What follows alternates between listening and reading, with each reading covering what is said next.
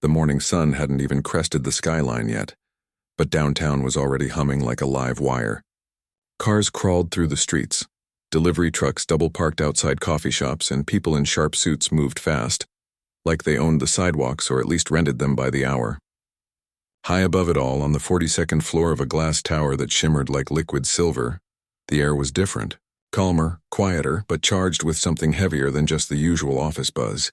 It was the kind of quiet that comes right before a storm, or a deal worth $200 million. Inside Viridian Dynamics, one of the biggest tech companies in the country, everything had been polished to perfection for this moment. The boardroom doors gleamed. The leather chairs had been fluffed. Even the pens on the table, custom-made, engraved with the company logo, had been laid out in perfect alignment. This wasn't just another meeting. This was the final handshake on a merger that would reshape the industry. Two giants, Viridian and Nexora, were about to become one, and the man leading it all, the CEO, was already seated at the head of the table, sipping black coffee from a plain white mug, the only thing in the room that looked even slightly ordinary. He wasn't flashy, no gold watches or loud ties, but everyone in the room knew better than to mistake his calm for softness. He'd built Viridian from a garage startup into a global force, and he did it by trusting his gut, moving fast and never letting ego get in the way of a smart decision. Still, today wasn't about gut feelings. It was about paper, ink, and signatures, and the stack of documents sitting in front of him was thicker than a dictionary. Outside the boardroom, the mood was different. In the hallway, a young woman stood with her back pressed against the cool wall, trying to catch her breath. She wasn't supposed to be here, not really. Just 3 weeks ago, she'd been sorting mail in the basement mailroom, filling in for someone on maternity leave. Now, because 2 assistants had called in sick and the legal team was swamped, she'd been pulled upstairs to help with last-minute document prep. Her hands were full. 2 folders, a tablet, and a coffee tray she'd been asked to bring, just in case. She wasn't nervous about the coffee. It was the papers that made her stomach twist. She'd grown up in a small town where the biggest legal drama was a disputed fence line between neighbors. Her dad had been a notary public, part-time, mostly helping folks with wills, car titles, and loan papers. He never made much money, but he took his work seriously. "Words matter," he used to say, tapping the page with his pen. Especially the ones people skip over. She'd rolled her eyes back then. Now standing outside the most important room in the building, those words echoed in her head like a warning bell. She'd spent the last 2 nights helping the legal team finalize the merger documents. Not writing them, never that, but formatting, proofing, checking page numbers, making sure every signature line was in the right place. It was grunt work, invisible work. But she'd read every page anyway, not because she had to, but because she couldn't help it. Something in her wouldn't let her just skim. So when the final version came through at 3 a.m., she'd printed it, read it again under the dim light of her apartment kitchen, and gone to bed with a strange feeling in her chest, like something was off. But she couldn't put her finger on it. Now, as she waited for the signal to enter, she glanced down at the top folder in her hands. The cover page looked fine, clean, professional. But her eyes drifted to the edge of the pages beneath it, where a few lines of text peeked out from a slightly misaligned sheet. She didn't mean to look. She really didn't. But her eyes caught a phrase, irrevocable license, and her breath hitched. That wasn't right. She'd seen the term sheet. She'd watched the lawyers argue over every clause for days. Irrevocable license wasn't part of the deal. Not like that. Not for the core AI platform, the very thing Viridian was famous for. Her pulse jumped. She shifted the folders, trying to peek deeper without opening them fully. The hallway was empty except for a security guard down by the elevators, scrolling on his phone. No one was watching her. But even so, she felt like she was doing something wrong just by looking. Inside the boardroom, laughter broke out, light, relieved. Someone had made a joke. The tension was easing. They were ready to sign. Any minute now, someone would come out and ask for the final documents. And if she was wrong, if she'd misread it, she'd look foolish. Worse than foolish, disrespectful. Who was she to question a contract drafted by top-tier lawyers and approved by a CEO who'd closed billion-dollar deals before she'd even graduated high school? But what if she wasn't wrong? She thought of her dad again. He'd once stopped a house sale because the seller had accidentally written the wrong lot number on the deed. The realtor had laughed at him. "It's just a typo," he'd said. but her dad insisted they fix it. Turned out, the typo would have given the buyer rights to a completely different property 3 blocks away. The realtor never laughed again.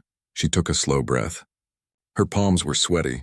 She adjusted the folders again, this time letting her eyes scan the visible lines more carefully. There it was, Section 7.3 buried in dense legal language.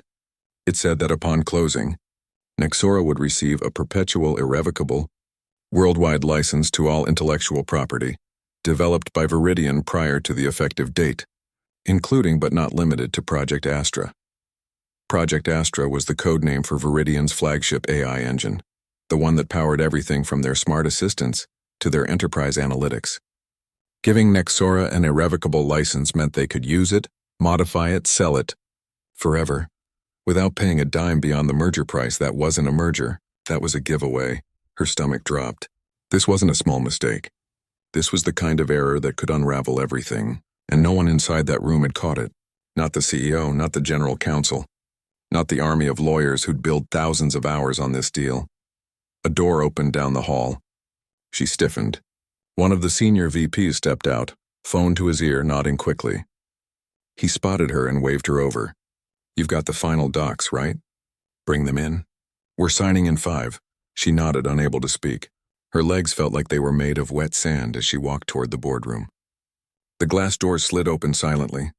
Inside, the room was all cool grays and warm wood, with a view of the city stretching out like a circuit board below.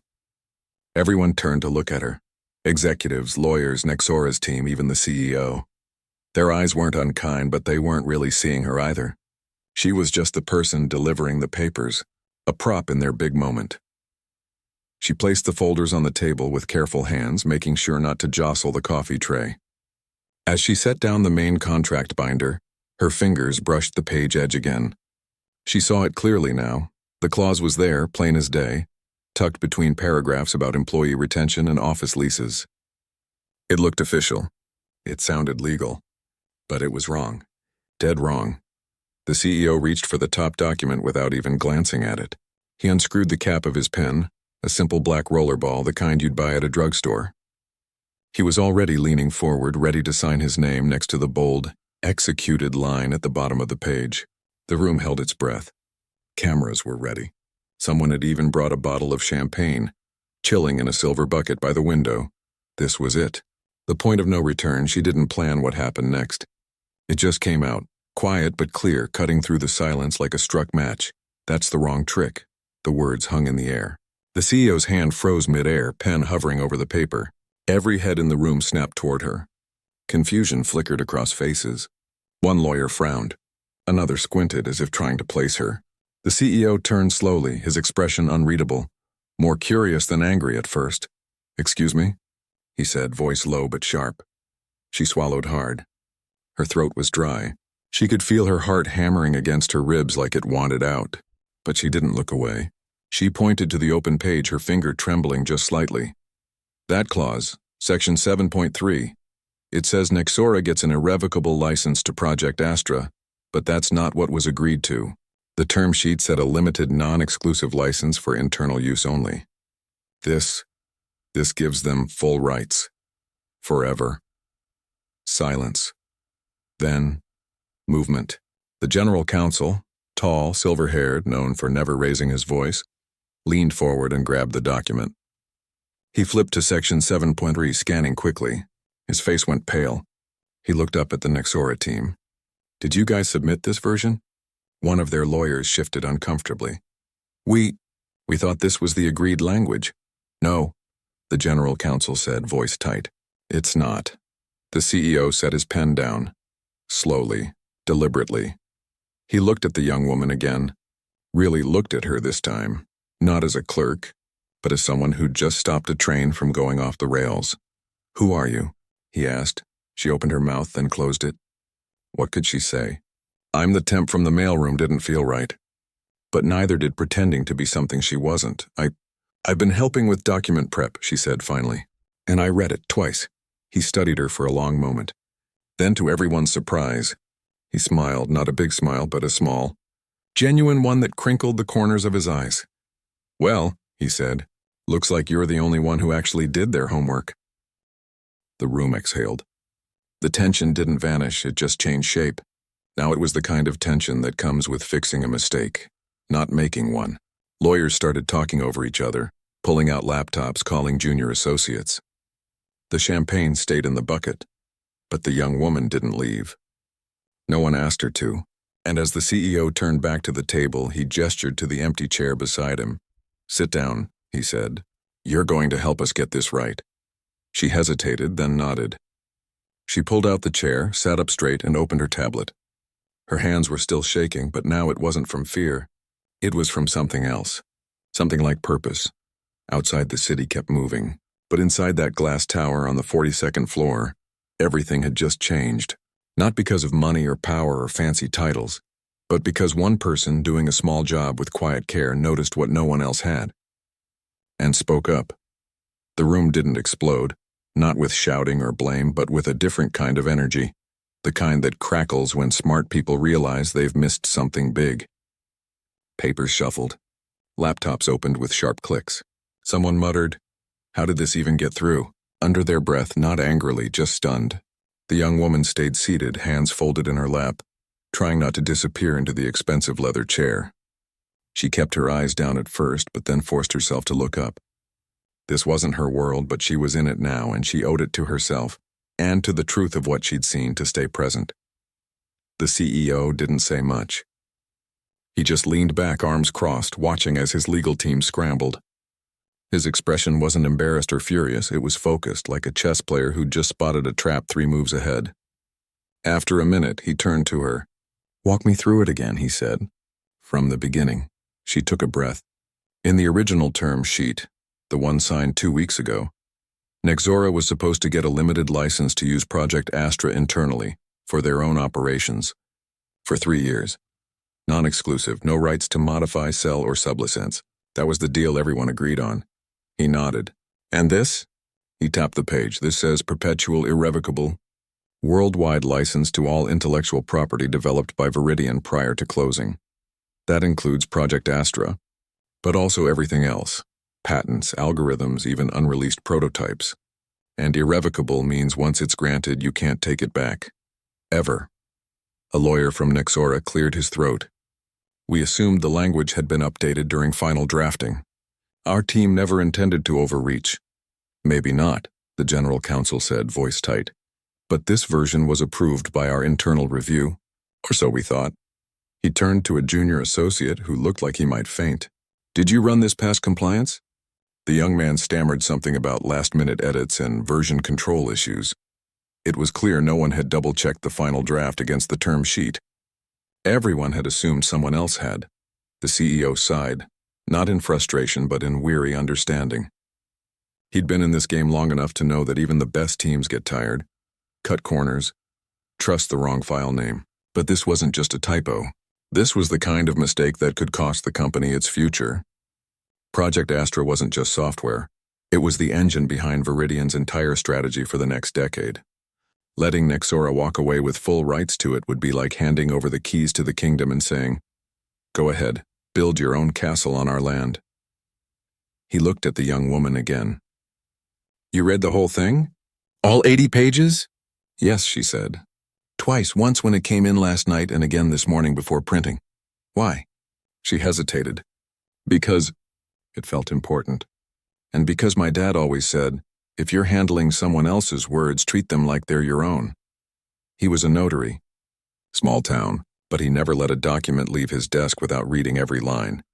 The CEO nodded slowly. "Good man." Then he stood. "All right.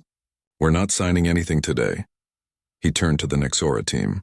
"No offense, but this changes everything. We need to pull this apart line by line." There were murmurs of agreement. No one argued. Even Nexora's lead negotiator looked relieved, like they'd dodged a bullet too. If the deal had gone through like this, they might have faced lawsuits later for taking advantage, even if it was an honest error. Better to fix it now. The young woman started to stand, thinking her part was over. But the CEO stopped her with a look. "You're staying. You're going to sit with legal while they rebuild this section. If you caught it once, you'll catch it again if it's wrong." She blinked. "Me? Yes, you." And just like that, she was pulled into the inner circle. Not as a hero, not as a star, but as someone who saw clearly. That was enough. Over the next few hours, the boardroom transformed. The champagne was put away. The mood shifted from celebration to concentration. Whiteboards filled with notes. Coffee replaced champagne. And she sat at the table, not at the edge, but near the center, with a legal pad and a highlighter, reading every revised clause as it came through. It wasn't glamorous. It was slow, tedious work. Lawyers debated the difference between sublicense and redistribute.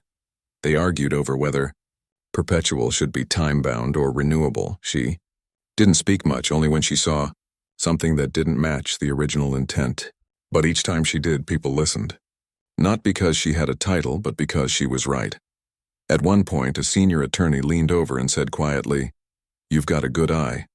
Ever think about law school?" She smiled faintly. "I'm working on my paralegal certification right now. Nights and weekends," he nodded, impressed. "Keep going. People like you are rare." She didn't tell him that she'd almost quit last week, that the mailroom job was supposed to be temporary, just to pay rent while she studied, that she'd cried in the break room after her first day because everyone talked so fast and used words she didn't understand. But she'd kept showing up, kept reading, kept asking questions when no one was looking. Now, those quiet hours were paying off in a way she never imagined. By early afternoon, the corrected clause was ready. It was tight, clear, and matched the original agreement exactly. A 3-year, non-exclusive, internal use-only license. No loopholes, no vague language. Just plain English wrapped in legal structure. The CEO reviewed it himself. Then he handed it to her. "Last check?" She read it slowly, her finger tracing each line. Her heart wasn't racing anymore. It was steady, calm. She looked up. "This is right," he smiled. "Good." But then he did something unexpected. He asked her to explain the change to the full group, including Nexora's team. "So everyone hears it from the person who saved us from ourselves." She stood, nervous again, but spoke clearly. "The original clause gave away too much. This version protects both sides. Viridian keeps control of its core technology. Nexora gets what it paid for, access, not ownership. It's fair, and it's what you all agreed to in the first place." There was a beat of silence. Then one of the Nexora executives nodded. "She's right. This is cleaner. Better for everyone." The tension in the room finally broke, not with a bang, but with a collective exhale. Handshakes were exchanged. Not the stiff, formal kind, but real ones with eye contact and quiet thanks. The young woman received a few, some surprised, some respectful, one with a firm grip and a whispered, "Don't ever stop reading the fine print." When the meeting ended, she gathered her things slowly, still processing what had happened. She walked out of the boardroom feeling lighter, but also strange, like she'd stepped into a different version of her life without packing a bag. Back at her temporary desk, a folding table wedged between 2 filing cabinets in a quiet corner of the legal floor, she found a note waiting for her. Just 2 lines handwritten on plain paper. "Stay late tonight. We'll need your eyes on the final print. And thank you." No signature, but she knew who it was from. She didn't tell anyone what happened. Not her roommate, not her parents, not even her best friend back home. She wasn't sure how to explain it. "I stopped a $200 million deal from going sideways" sounded like a movie line, not real life. And she didn't want to seem like she was bragging. So she kept quiet, did her work, and stayed late just as asked.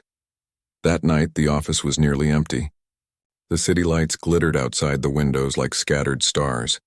She sat at a real desk now, borrowed from an assistant who'd gone home, and went through the entire contract one last time. Page by page, line by line. She found one typo, a missing comma in an exhibit, and circled it gently in pencil. Small thing, but it mattered. When the CEO walked by an hour later, he paused.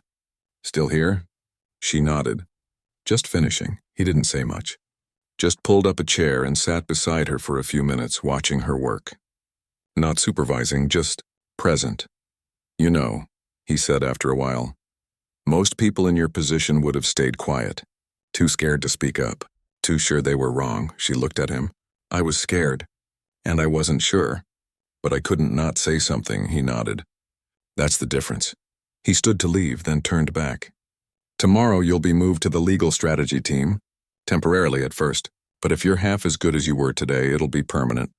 She didn't know what to say, so she just said thank you and no, he said. Thank you. He walked away and she sat there for a long moment staring at the contract in front of her. It was just paper, ink, words. But those words had weight. And today, she'd helped carry that weight when no one else noticed it was slipping. She thought about her dad again. He'd never set foot in a building like this. He'd never negotiated a deal worth more than a used pickup truck. But he'd taught her the most important thing, that doing your job well, really well, matters. Not for praise, not for promotion, but because the world runs on details and someone has to care about them. As she packed up to leave, she passed the mail room on her way to the elevator. The bins were full, the sorting trays messy. It felt like another lifetime. She didn't miss it exactly, but she was glad she'd started there. It reminded her that no job is too small to be done with care. Outside, the night air was cool. She walked to the subway, headphones in, but not playing music. Just listening to the city, the hum of traffic, the distant laugh of strangers, the rhythm of a place that never really sleeps. And for the first time in a long time, she didn't feel like an outsider looking in. She felt like she belonged, not because of a title or a corner office, but because she'd shown up, paid attention, and spoken the truth when it counted. She didn't know what tomorrow would bring. A new desk, new responsibilities, maybe even a new path. But whatever it was, she'd face it the same way she'd faced today, one page at a time, one word at a time, with her eyes open and her heart steady. And somewhere, deep down, she knew her dad would be proud, not because she'd stopped a billionaire from making a mistake, but because she'd done the right thing when no one was watching. That, more than any deal or dollar amount, was the real win. The next morning came faster than she expected. She barely slept, tossing and turning, replaying every moment from the day before like a film stuck on loop. The way the room had gone silent, the weight of all those eyes on her, the quiet nod from the CEO that said more than any praise ever could. She kept wondering if it had really happened or if she'd dreamed it during one of her late-night study sessions. But the email in her inbox, official with a new desk assignment and a temporary badge upgrade, told her it was real. She arrived at the office earlier than usual, before the coffee machines had even warmed up. The legal floor was quiet, just a few cleaners winding down their shifts and the soft hum of servers in the background. Her new workspace wasn't fancy, a shared desk near a window with a second-hand monitor and a drawer that stuck when you pulled it, but it felt like a throne compared to the folding table in the hallway. Someone had left a fresh legal pad and a box of pens on the chair. No note, just kindness, quietly offered. By 9, the floor came alive. Lawyers in crisp shirts, paralegals with overstuffed binders, interns darting between conference rooms with laptops tucked under their arms. No one made a big deal about her presence, which she appreciated. There were no stares, no whispers, at least none she could hear. But she noticed small things, a senior associate nodding as she passed, a quiet, "Good morning," from someone who'd barely glanced at her a week ago. It wasn't fame, it was respect, and it felt earned. Her first task was simple but critical. Cross-check the final merger documents against the approved term sheet, line by line, clause by clause. It was the kind of work most people rushed through or delegated downward. But after yesterday, no one was taking chances.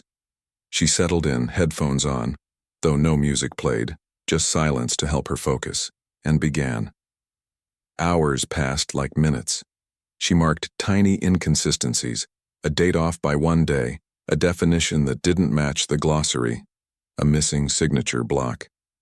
Nothing catastrophic, but the kind of things that could cause delays or confusion later. Each time she flagged something, she sent a short, clear note to the legal lead. No drama, just facts. And each time, her note was met with a quick, "Thanks, fixing now," or "Good catch." Around noon, the CEO walked by. He didn't stop, didn't make a scene, just paused for half a second, gave her a small nod, and kept going. But that half second said everything. "I see you. You're where you're supposed to be."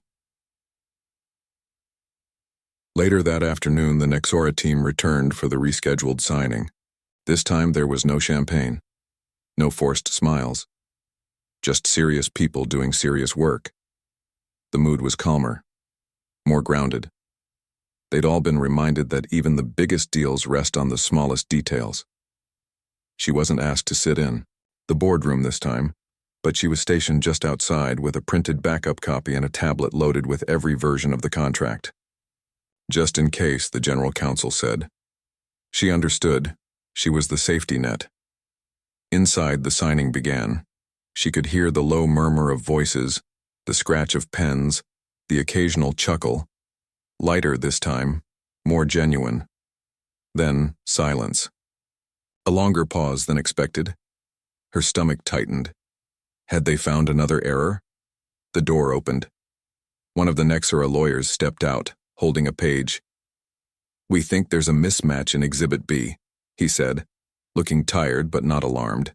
"The data sharing terms don't align with Section 5.2. She didn't hesitate. "I'll check." She pulled up both sections on her screen side by side, scanned them, then flipped to the master term sheet. Within 90 seconds, she had it. "It's a formatting glitch," she said. "The bullet points got renumbered during the last merge, so the references shifted. But the actual language is correct. Here." She printed a clean version with the proper numbering and handed it over. "This should clear it up." He read it, nodded slowly. "You're right, thanks." He went back inside. 10 minutes later, the doors opened again. This time, the entire group emerged. Viridian's team, Nexora's team, even the CEO. They weren't celebrating, but there was a quiet satisfaction in the air, the kind that comes after hard work done well. The CEO spotted her immediately. He walked over not with fanfare but with purpose. "You just saved us another hour of legal gymnastics," he said, voice low enough that only she could hear. "How do you do it?" She shrugged, a little embarrassed. "I just read it like it's mine, like I'd have to live with the consequences." He studied her for a moment, then he said something that surprised her. "You ever think about why you're so good at this?" She hadn't. "Not really. I guess. I care about what the words mean, not just how they sound." "That's rare," he said. "Most people in this business care about winning. You care about being right." Before she could respond, he turned to the group.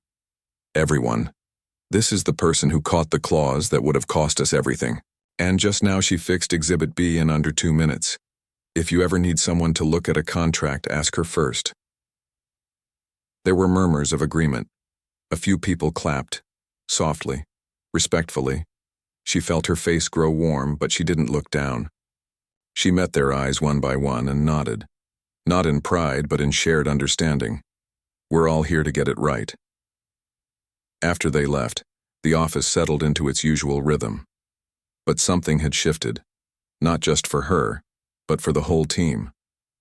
People started double-checking their own work before sending it out. Junior staff felt more comfortable asking questions. Even the most seasoned lawyers began saying, "Let's run this by her before we finalize." She didn't mind. In fact, she liked it. It wasn't about being the hero.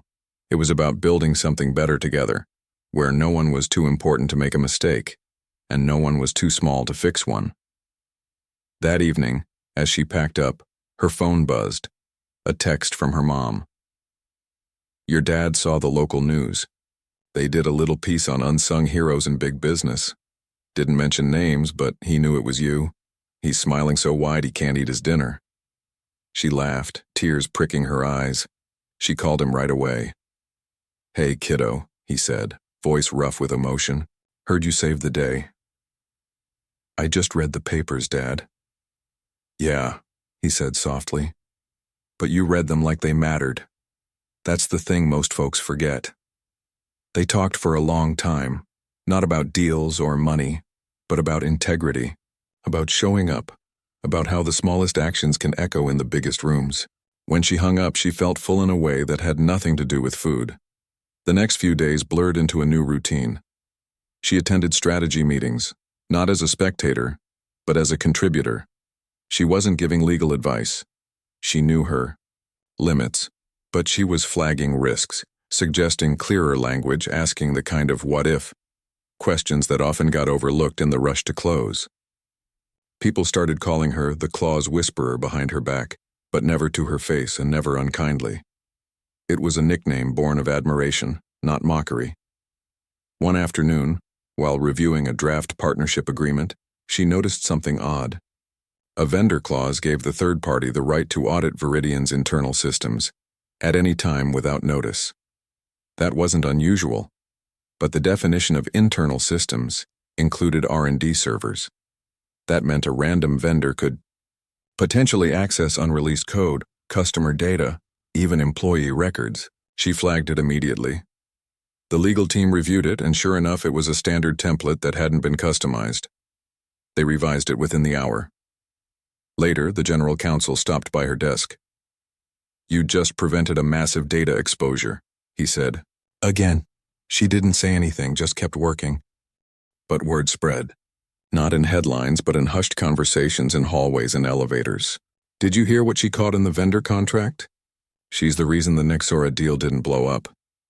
She reads like a machine, but with a human heart. She never corrected them. She just kept doing the work." Then came the invitation. It arrived in her inbox on a Friday. "You're requested to attend the Executive Strategy Review, Monday, Joint Penthouse Conference Room. No explanation. Just the time, the place, and a note. Bring your notes on the Nexora integration risks." Her hands shook as she read it. The Penthouse Conference Room was where the big decisions happened, the kind that shaped the company's future for years. She'd never been invited to anything above the 30th floor. She spent the weekend preparing, not just reviewing documents, but thinking deeply about what could go wrong as the two companies merged. Cultural clashes, tech incompatibilities, customer confusion. She wrote it all down in plain language with examples, not jargon. She didn't want to impress. She wanted to help. Monday morning, she walked into the penthouse feeling like she was stepping onto another planet. The view was dizzying, sky and city stretching in every direction. The table was polished wood, the chairs so comfortable they felt like clouds. And around it sat the people who ran the company, the ones whose names were in the news, whose decisions affected thousands of employees and millions of customers. The CEO was already there. He pointed to a seat beside him. "Glad you could make it," she sat. Didn't fidget. Didn't apologize for being there. She'd earned her chair. The meeting began with updates on revenue, market share, product launches. Then the CEO turned to her. "We asked her here because she sees what we miss. She's going to walk us through the hidden risks in the Nexora integration."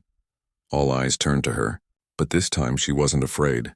She took a breath, opened her notebook, and began speaking, not in legalese, but in human terms. "What worries me isn't the tech," she said. "It's the people. Nexora's engineers are used to moving fast, breaking things. Viridian's team values stability, security. If we force them into the same workflow too quickly, we'll lose the best of both. Also, their customer support uses a different system. If we merge databases before training staff, we'll get wrong answers, angry clients, maybe even data leaks." She went on, calm, clear, practical. She didn't have all the answers, but she named the problems no one else had voiced. When she finished, there was silence. Then the head of product said, "She's right. We've been so focused on the code we forgot the humans." The CEO leaned forward. "So what do we do?" She didn't hesitate. "Start small. Pilot the integration with one team. Let them figure out the rhythm. Then scale, and never merge customer data until every support rep has been trained. Twice." Nods around the table. Not because she was brilliant, but because she was honest.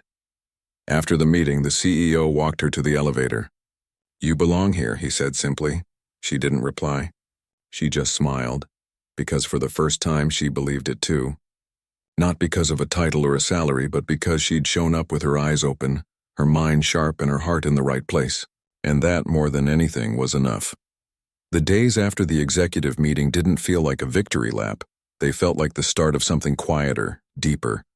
There were no press releases, no company-wide announcements with her name in bold. But things changed in ways that mattered. People started knocking on her desk, not just from legal, but from product, engineering, even customer support. "We're drafting a new policy," they'd say. "Can you take a look before we send it out?" Or, "We're signing a vendor contract next week. Mind giving it a once-over?" She never said no. Not because she wanted to be busy, but because she understood now. Her real job wasn't reading contracts. It was protecting people, employees, customers, even the company itself, from promises that sounded good on paper but could hurt in practice. She still lived in the same small apartment, still took the same subway, still heated leftovers for dinner, but something inside her had shifted. She walked taller, not out of pride, but because she finally trusted herself. She'd spent so long thinking she had to earn the right to speak up, to wait until she had a degree, a title, a corner office. But yesterday had taught her that sometimes the right moment is just when you see something wrong and choose not to look away. One rainy Tuesday, she got a call from Human Resources. Not about a contract this time, but about an internal training program. "We're revamping our onboarding for new hires," the HR lead explained. "We want to include a session on reading the fine print, not just legally, but ethically. Would you be willing to help design it? And maybe teach it?" She almost said no. Teaching her? But then she thought of all the times she'd felt lost in her first weeks. The jargon, the unspoken rules, the fear of asking stupid questions. If she could help someone else feel less alone, less invisible, it was worth stepping outside her comfort zone. She said yes. The first session was held in a small conference room with 10 new hires, interns, junior analysts, support staff. They looked nervous, just like she had. She didn't stand at the front like a professor. She pulled up a chair in the circle and started with a story. "My first week here, I thought I'd messed up because I didn't know what force majeure meant. I Googled it in the bathroom stall." They laughed. Then she showed them real examples, redacted of course, of contracts where one word changed everything. She didn't teach them to be lawyers. She taught them to be curious. To ask, what does this really mean? And who does this help and who might it hurt? Afterward, a young woman stayed behind. "I work in billing," she said quietly. "Last month I saw a client being charged for a service they canceled. I mentioned it, but my manager said, 'Not your job.' Did I do the right thing by speaking up?" "Yes," the clerk said without hesitation. "Always." That moment stuck with her. It wasn't about deals or dollars. It was about dignity, the quiet kind that comes from doing what's right even when no one's watching. Meanwhile, the Nexora integration moved forward, slowly and carefully, just as she'd suggested. The pilot team, 5 engineers from each company, worked in a shared space for 6 weeks. They argued, compromised, and eventually built a new workflow that borrowed the best from both cultures. When it came time to scale, the rollout was smoother than anyone expected. Customer complaints dropped. Employee surveys showed higher morale, and not a single data leak occurred. At the next executive review, the CEO didn't just mention the success, he credited the approach to her early warning. "We listened to someone who saw the human side of the tech," he said, "and it saved us months of chaos." She wasn't in the room that day. She'd been asked to lead a workshop for mid-level managers instead, but someone told her what he'd said. She didn't post it on social media, didn't screenshot it for her parents. She just tucked it away in her heart, like a quiet confirmation that showing up with care really does make a difference. Then came the offer. It arrived in a plain envelope, hand-delivered to her desk. Inside was a formal letter, a promotion to legal strategy associate, a role that didn't exist before, created specifically for her. It came with a raise, a permanent badge, and an open invitation to all strategy sessions. But what moved her most was the last line. "Your attention to detail is matched only by your commitment to people." "We need both." She read it 3 times. Then she called her dad. He didn't say much. Just, "I always knew you'd find your place. Not because you're the smartest in the room, but because you care the most." She cried then. Not from stress or fear, but from relief. Like a part of her that had been holding its breath for years could finally exhale. Still, she didn't let the title go to her head. She kept eating lunch in the break room with the mailroom staff. She still proofread documents for junior colleagues who were too shy to ask. And when a new temp showed up, nervous, wide-eyed, clutching a stack of papers, she made a point to say hello, show her where the good coffee was, and whisper, "Don't be afraid to ask questions. That's how you learn." One afternoon, while reviewing a partnership agreement with a nonprofit, she noticed something unusual. The clause about data sharing was unusually generous, almost too generous. Viridian would be giving away anonymized user insights that could help the nonprofit improve mental health services. But buried in the fine print was a line that allowed the nonprofit to share that data with affiliated research institutions, a term so broad it could include for-profit companies. She flagged it immediately. But this time, instead of just pointing out the risk, she proposed a fix: narrow the definition, require written consent for any third-party sharing, and add a clause that any findings must be published openly, so the public benefits too. The legal team loved it. The nonprofit agreed without pushback, and a few months later, that partnership led to a public report that helped shape new guidelines for ethical AI in healthcare. No one called her a hero, but a researcher from the nonprofit sent her a handwritten note. Because of your careful reading, thousands of people will get better care. Thank you for seeing the humans behind the data. She taped that note to her desk, right next to a faded photo of her dad at his notary table. As the months passed, her role kept growing, not in flashy ways, but in meaningful ones. She started co-leading the company's ethics review board, helping decide which projects aligned with their values. She mentored 2 paralegal students from community college, meeting them after work to go over case studies. And every quarter she gave a short talk at the all-hands meeting. Not about law, but about responsibility. Paper doesn't lie, she'd say, echoing her father.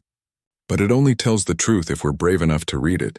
People listened, not because she was loud, but because she was consistent, because she never acted like she was better than anyone, just like she'd been given a chance, and she wasn't going to waste it. Then came the day the CEO asked her to join him for coffee. They met in the cafeteria, not the executive suite. He carried 2 paper cups, black coffee, no sugar. They sat by the window, watching the city move below. I've been thinking, he said after a while. We're building a new training program for leaders, people who'll run teams, make decisions, shape culture. We want it to be about more than metrics. We want it to be about judgment, integrity, seeing the whole picture. He looked at her. I want you to design it and lead it. She was quiet for a long moment. I'm not a leadership expert. You're better than most, he said. You see what others miss. You speak up when it matters, and you do it without ego. That's the kind of leadership we need. She thought about it. Really thought. This wasn't just another task. It was a chance to change how the company saw itself, not as a machine of profit, but as a community of people who owed each other honesty and care. I'll do it, she said. But only if we start with the basics. How to read a contract like it's a promise, not just a formality. He smiled. Deal. That night, she went home and dug out an old notebook from her first week at Viridian. On the first page, in shaky handwriting, she'd written, I don't belong here. She flipped to the back and wrote a new line beneath it. Maybe I do. Not because I'm special, but because I showed up like I mattered. She didn't tear out the old page. She left it there, proof that growth isn't about becoming someone new, but about becoming more fully who you already are. A few weeks later, the first leadership session began. 12 managers sat in a circle. She didn't start with slides or strategies. She handed each of them a 1-page contract, a simple NDA, and asked, What's the one thing here that could hurt someone if we get it wrong? They talked for 2 hours. No right answers, just honest questions. And by the end, one of them said, I never thought of a signature as a responsibility before. That was enough, because in the end, it wasn't about the $200 million deal. It wasn't even about catching a mistake. It was about building a world, starting with one room, one team, one person at a time, where everyone feels seen, heard, and trusted to do the right thing. And that, she knew, was worth more than any number on a page. A year had passed since the day everything changed. The seasons had cycled. Winter's hush, spring's bloom, summer's buzz, and now autumn again, with its crisp air and golden light slanting through the office windows. The building looked the same from the outside, but inside, something quieter had taken root. It wasn't in the mission statements or the posters on the walls. It was in the way people paused before hitting send on an email. In the extra 5 minutes someone took to double-check a number. In the new habit of asking, does this feel right? Before asking, does this close the deal? She still sat at the same desk near the window, though it wasn't temporary anymore. Her title had changed. Her responsibilities had grown, but she hadn't moved to the executive floor. She liked it here. Close to the teams, close to the work, close to the kind of people she used to be. She still wore the same simple sweaters, still carried her lunch in a reusable container, still said good morning to the security guard who'd seen her walk in trembling on that first big day. But now, when she walked through the halls, people didn't just nod. They stopped to talk. Not about contracts or clauses, but about ideas. A junior developer once asked her over coffee, "How do you know when to speak up?" She didn't give a grand answer. She just said, "When your stomach feels tight and your mind won't let it go, that's your gut saying this matters. Listen to it." That small exchange ended up in the company newsletter. Not as a quote, but as a story. How one question changed a team's approach. She never asked for it. But she didn't mind. If it helped someone else find their voice, it was worth it. The real test came not with another billion-dollar deal, but with something much smaller, and in its own way, more important. A new intern, barely out of college, had been assigned to help with a routine vendor renewal. It was the kind of task no one paid much attention to. Automatic, boring, low risk. But the intern noticed something odd. The vendor's insurance coverage had dropped below the required minimum.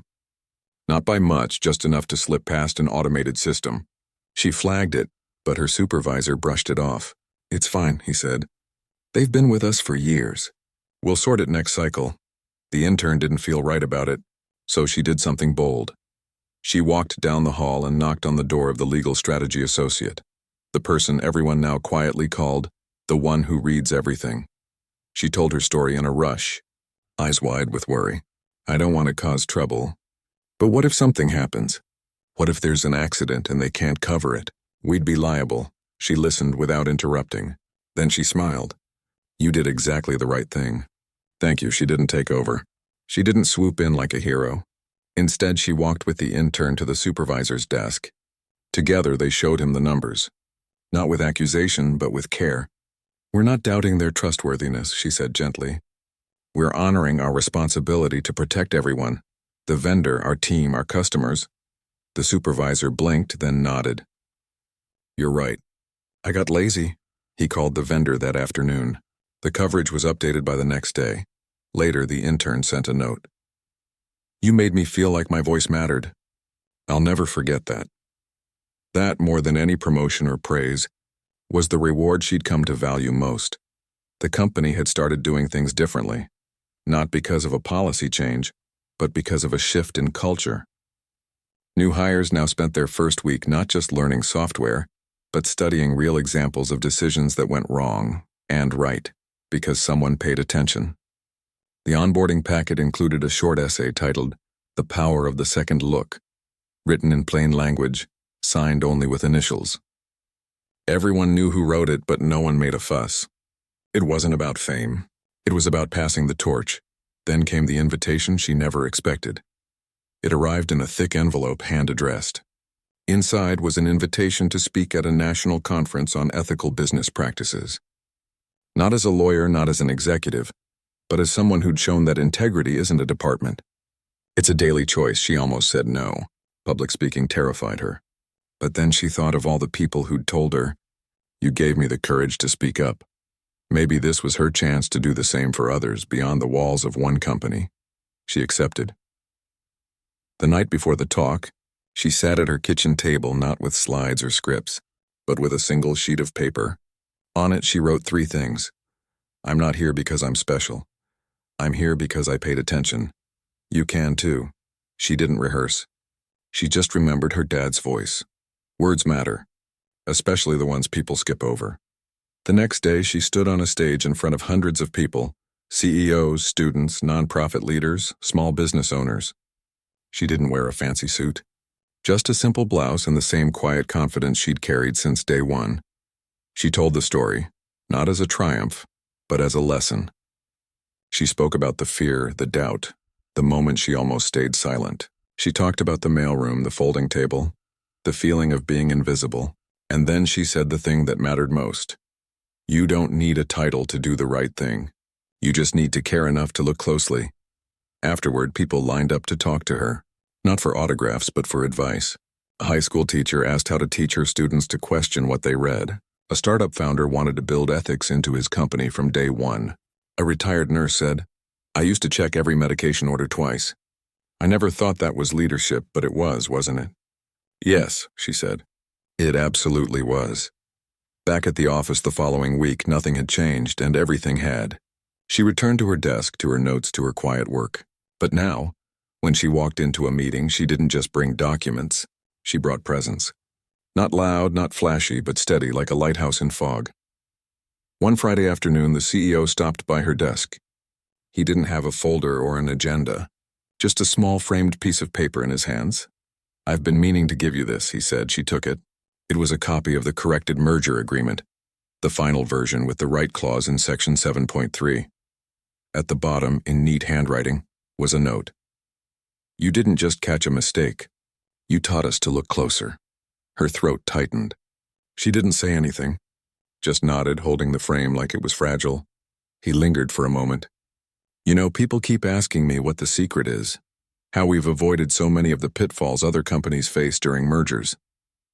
I tell them it's not strategy. It's people. And it started with one person who refused to look away." She finally found her voice. "I just did my job." "No," he said gently. "You did more than that. You reminded us that business isn't just about numbers. It's about trust. And trust starts with truth, even the small truths no one else sees." He left, and she sat there for a long time, staring at the frame. Then she hung it on the wall beside her dad's note and the intern's thank you card, not as trophies, but as reminders. Later that evening, as she packed up to leave, she passed the mailroom again. The bins were full, the sorting trays messy, just like always. But now, when she looked in, she saw possibility. Not just a place to start, but a place where someone might be paying attention, just like she once did. She stopped and spoke to the young man sorting envelopes. "Hey," she said, "if you ever see something that doesn't look right, even if it's not your job, say something. Someone will listen." He looked surprised, then nodded. "Thanks, I will." She walked to the subway, the city lights flickering to life around her. The air was cool, the streets alive with the hum of ordinary lives. She didn't feel like a success story. She felt like herself, just a person who'd shown up, stayed curious, and chose care over convenience. And that was enough. Because the truth was, the $200 million deal hadn't changed her life. What changed her life was the moment she decided her voice mattered, even when she was the least important person in the room. And in doing so, she'd given others permission to believe the same. Now, when new hires asked how to succeed at the company, veterans didn't say, "Work hard," or "Network." They said, "Read everything, care deeply, and never assume someone else has already checked." That was her legacy, not a title, not a salary, but a quiet ripple of responsibility that kept spreading, one careful reader at a time. As the train pulled away from the station, she leaned her head against the window, watching the city blur into streaks of light. She thought of her dad, probably sitting on his porch back home sipping tea, proud not because she'd stopped a billionaire from making a mistake, but because she'd stayed true to the lesson he'd taught her at that old kitchen table. Do the work like it matters. Because it does. And somewhere in offices and classrooms and mailrooms across the country, other people were doing the same, reading closely, speaking up, choosing care. Not because they were heroes, but because they were human, and that, in the end, was the most powerful trick of all. It had been 2 years since that morning in the boardroom, the morning that began not with fanfare, but with a quiet voice saying, "That's the wrong trick." Life had settled into a new rhythm, one that felt less like climbing and more like tending. She still worked at the same company, still sat near the window where the afternoon light warmed her desk, still carried her lunch in the same dented container. But something deeper had taken root, not just in her role, but in how she saw herself and how she moved through the world. She wasn't just reviewing contracts anymore. She was helping shape how the company thought about responsibility, not as a legal box to check, but as a living promise. She'd helped launch a second look program, where any employee could submit a document, policy, or proposal for an extra pair of eyes. No questions asked, no judgment. What started as a small pilot had grown into a quiet movement. Last quarter alone, the program had caught 3 billing errors that would have overcharged small customers flagged a misleading marketing claim before it went live, and even helped rewrite a job description that unintentionally discouraged women from applying. None of it made headlines, but it mattered to real people, and that was enough. One rainy Thursday, she got an unexpected call from a community college an hour outside the city. A professor teaching business ethics had read about the Second Look program in a case study and wanted to know if she'd be willing to speak to her class, not as a corporate executive, but as someone who'd started at the bottom and never forgot what it felt like. She said yes without hesitation. The classroom was modest, peeling paint, mismatched chairs, a whiteboard with yesterday's math equations still faintly visible. The students were a mix of ages, some fresh out of high school, others returning to school after years of working jobs that barely paid the bills. They looked tired, hopeful, skeptical all at once. She didn't bring slides. Didn't wear a suit, just jeans, a soft sweater, and the same notebook she'd carried since her first week on the job. "I'm not here to tell you how to get rich," she began, standing near the front but not behind a podium. "I'm here to tell you how to stay yourself, especially when the pressure's on."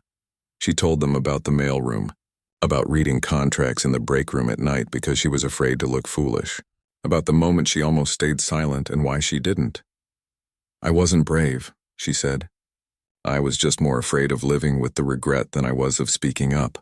A woman in the back raised her hand. "But what if no one listens?" "Sometimes they won't," she admitted. "But sometimes they're just waiting for someone to say it first. And once you do, others find their voice too." After class, 3 students stayed behind. One was a single mom working nights at a call center. Another had been laid off from a factory.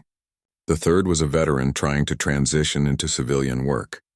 They didn't ask for career advice. They asked, "How do you keep going when it feels like no one sees you?" She looked at them and saw herself, not so long ago, folding documents in a hallway, wondering if she'd ever belong. "You keep showing up," she said. "Not for the applause, not for the promotion, but because the work itself matters, and because someone somewhere will notice not your title but your care." She gave them her email, not as a favor but as a promise. "I'll read what you send. I'll answer. You're not invisible." On the train ride back, she thought about how far she'd come, not in miles or money, but in trust. Trust in herself, trust from others, and the quiet understanding that real change doesn't happen in boardrooms alone. It happens in classrooms, in mailrooms, in late-night study sessions, in the space between "this is wrong" and "I'll say something." Back at the office, a new challenge was brewing, not a legal error this time, but a moral one. The company was considering a partnership with a tech firm known for aggressive data collection. On paper, the deal made sense: revenue, reach, innovation. But during due diligence, her team found troubling patterns: vague privacy policies, opt-out systems buried 5 clicks deep, language that allowed selling user behavior to third parties without clear consent. She raised concerns in the strategy meeting. Not with outrage, but with facts. "Our customers trust us with their data," she said. "If we align with a company that treats that trust as optional, we're not just risking reputation. We're breaking a promise." Silence followed. Some argued the benefits outweighed the risks. Others said, "Everyone does it." But the CEO, who'd learned to listen for the quiet truths, asked, "What would we tell our own families if they use this partner's product?" That question changed everything. The deal was restructured. New clauses were added: strict data safeguards, transparent consent flows, independent audits. The partner pushed back at first, but when they saw Veridian wouldn't budge, they agreed. And in the end, the revised partnership became a model for ethical collaboration in the industry. No press release shouted about it, but internally people noticed. A young product manager sent her a message: "Because of you, I pushed back on a feature that tracked users without clear notice. My team listened. Thank you for showing us it's okay to put people first." That was the real victory. Not stopping a bad deal, but building a culture where doing the right thing felt normal, not heroic. As the year went on, her work began to ripple beyond the company walls. She started volunteering with a nonprofit that helped small businesses navigate legal paperwork. Many of them immigrant-owned shops, family restaurants, neighborhood repair stores. She'd sit at folding tables in community centers, helping a bakery owner understand a lease or a mechanic review a loan agreement. No fancy titles, just clear language and patient listening. One evening, after helping a seamstress renew her shop's insurance, the woman pressed a small embroidered bookmark into her hand. "For your reading," she said with a smile. On it, in delicate thread, were the words, "Truth lives in the details." She kept it in her notebook. Not as a gift, but as a compass. Then came the day she received a letter from a high school in her hometown. A teacher had shared her story with students as part of a unit on civic responsibility. One student had written an essay titled "The Clerk Who Changed Everything," not because she wanted fame, but because she believed that ordinary people can do extraordinary things by simply paying attention. The student ended with a question. If she could do it, why can't I? She wrote back, not a formal letter, but a handwritten note on plain paper. She told the student that courage isn't the absence of fear. It's doing what's right even when your hands shake. And she added, "You already can. Start where you are. Look closely. Speak kindly." That's how the world changes, one honest moment at a time. She didn't know if the student ever read it, but she hoped it landed like a seed. At work, her role kept evolving, not upward but outward. She wasn't chasing a corner office. She was building bridges. She helped design a mentorship program pairing senior leaders with entry-level staff, not for networking, but for listening. She pushed for quiet contributor awards, recognizing people whose work happened behind the scenes but held everything together. And every quarter, she hosted an open Ask Me Anything session, not about promotions or politics, but about ethics, doubt, and how to stay grounded when the stakes are high. People came, not because she was famous, but because she was real. One afternoon, while walking through the lobby, she saw a new face, a young person in a too-big blazer, clutching a folder, eyes wide with that familiar mix of hope and fear. She remembered that feeling. She walked over. "First day?" she asked gently. The young person nodded. "Mine was in the mailroom," she said. "I thought I didn't belong. Turns out I just needed to trust myself a little more." They talked for a few minutes about the coffee machine, the best place to eat lunch, how to find the right printer. Small things. Human things. As she walked away, she glanced back and saw the young person standing a little taller. That night, she sat on her apartment balcony, the city lights twinkling below. She thought about how far she'd come, not in titles or trophies, but in peace. She no longer woke up wondering if she was enough. She knew she was, not because of what she'd done, but because of how she chose to show up day after day. Her phone buzzed. A message from her dad. "Saw your name in the paper again. Local paper this time. Hometown hero. I told the barber it was you. He said knew she'd do good." She smiled. Not because of the article, but because her dad still called the local barber to brag. She didn't need the world to know her name. She just wanted to keep doing work that mattered, to customers, to colleagues, to strangers in community centers and classrooms. And if along the way she helped someone else believe they could speak up too, that was the greatest reward of all. Because in the end, the story was never about a $200 million deal. It was about a single moment of courage and the 1,000 quiet choices that followed. It was about proving that integrity isn't reserved for the powerful. It's available to anyone willing to pay attention, care deeply, and say, "Wait, that's not right." And as long as there were people willing to do that, the world would keep getting a little fairer, a little kinder, one careful word at a time.